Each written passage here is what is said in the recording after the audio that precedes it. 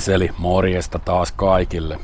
Mä nyt ajattelin tehdä vielä yhden lyhyen videon kaikista näistä Hussen modeista, mitä tähän tuli tehtyä, kun kaikki ei kuitenkaan noita shortseja katsele ja samalla sitten vähän kerron, mitä nämä on oikein maksanut. Eli tosiaan kyseessä Svartbilenin 401, jota tuli tuossa kevättalvella jonkin verran modattua ja lähdetään katsomaan, että mitä kaikkea tähän nyt sitten tehtiin.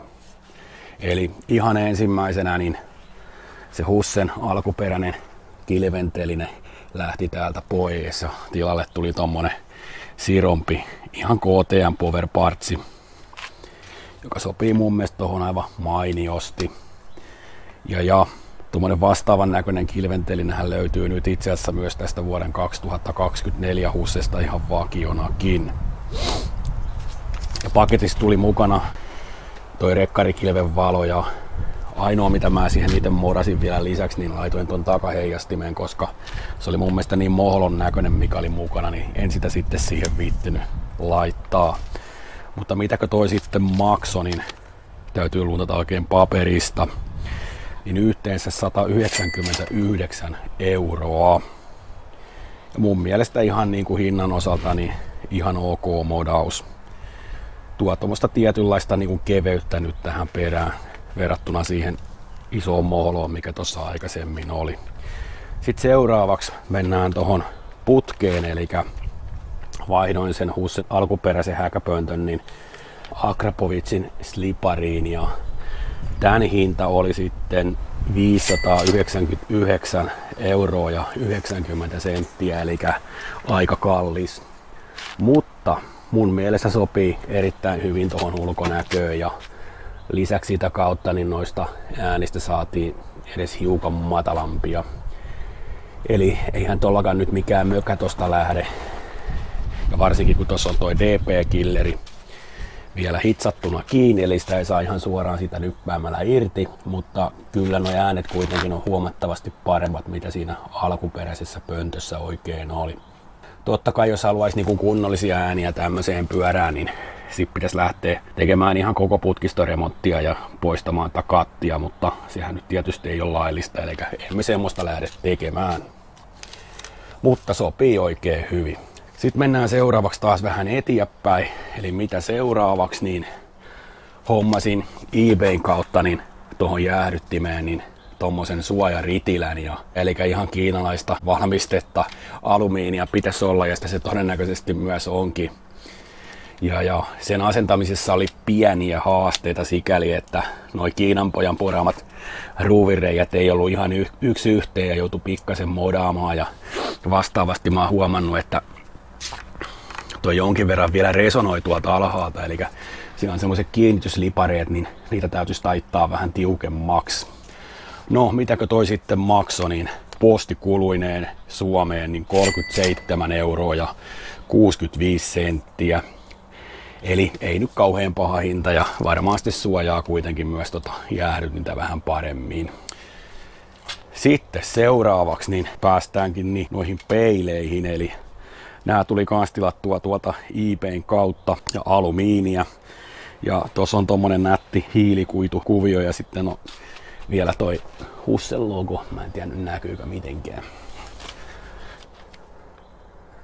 No joo. Eli ihan siistin näköiset tangonpääpeilit ja tuossa sanoinkin silloin kun tällä tein sitä testilenkki tai koeajovideoa, että en tykkää yhtään niistä mikkihiiripeileistä, jotka tulee tosi korkealle.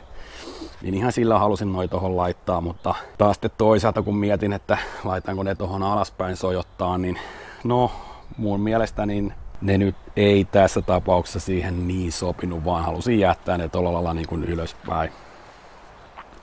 Ja peilien hinta oli postikuluineen niin yhteensä 86 € ja 91 senttiä. Mutta siis vaikka nämä nyt onkin eBay-kamaa, eli todennäköisesti sieltä Kiinasta, niin vaikuttaa kyllä tosi jämäkiltä. Et senhän sitten näkee kun aika kuluu, että mitenkä mahtaa alkaa pyöriä tossa, mutta ainakin nyt toistaiseksi on ollut niihin ihan tyytyväinen.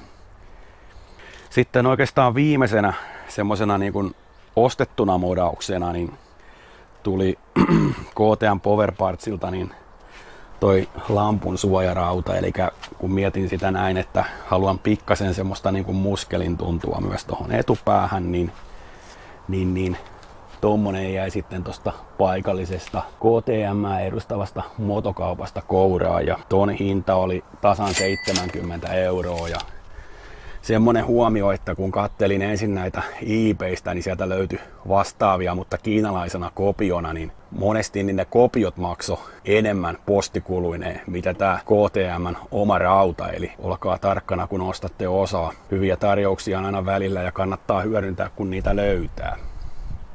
Sopii mun mielestä oikein hyvin ja oli helppo asentaa. Vähän tuosta mittaria ensin vähän nostettiin ylöspäin, niin saatiin mahtumaan toi tonne ja sitten ei muuta kuin pultit ja mutterit ja ruuvit ja miten siellä nyt olikaan niin kiinni. Sitten semmonen seuraava modaus, mikä ei maksanut yhtään mitään, mutta sopii mun mielestä tähän pyörään hyvin, niin on se, että poistin tästä niin tankin päältä sen laukuntelineen kiinnitysraudan. Eli tässähän oli semmonen häkkyrä, mihinkä sitten sai tankkilaukun kiinni, ja kun mulla tässä nyt ei ole kertaakaan ollut viime kesän aikana kanssa tankkilaukkua, niin ajattelin, että varmaan sitten tänä kesänäkään sitä tarvii. Eli itse tykkään sitten enemmän pientä kamaa kantaa vaikka repussa.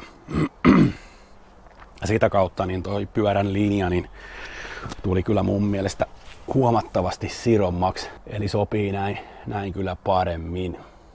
No, mitäkö nämä kaikki modaukset sitten tuli kustantamaan, niin kokonaishinta oli yhteensä 993 € ja 46 senttiä, eli voi nyt sanoa näitä kohtuu kallis, mutta taas toisaalta niin ton Acran sliparin osuus siitä oli se noin 600 €, eli jos nyt jotakin jättäisi pois budjettisyistä, niin varmaan sitten ton Acran slipariin.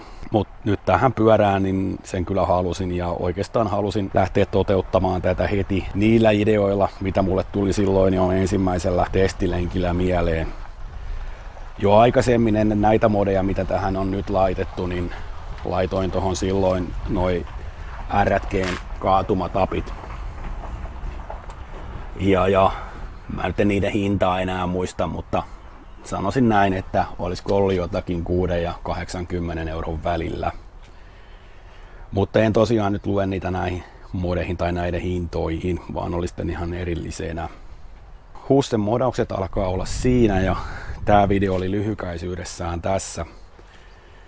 Ja kaikkien modien osalta on ollut tosi tyytyväinen muuten, paitsi sitten niin kuin sanoin, niin toi jäähdyttimen kiinalainen säleikkö, niin se tällä hetkellä vähän resonoi, eli täytyy sinne sitten jotain keksiä väliin tai saada kiristettyä noita alapuolen kiinnikkeitä.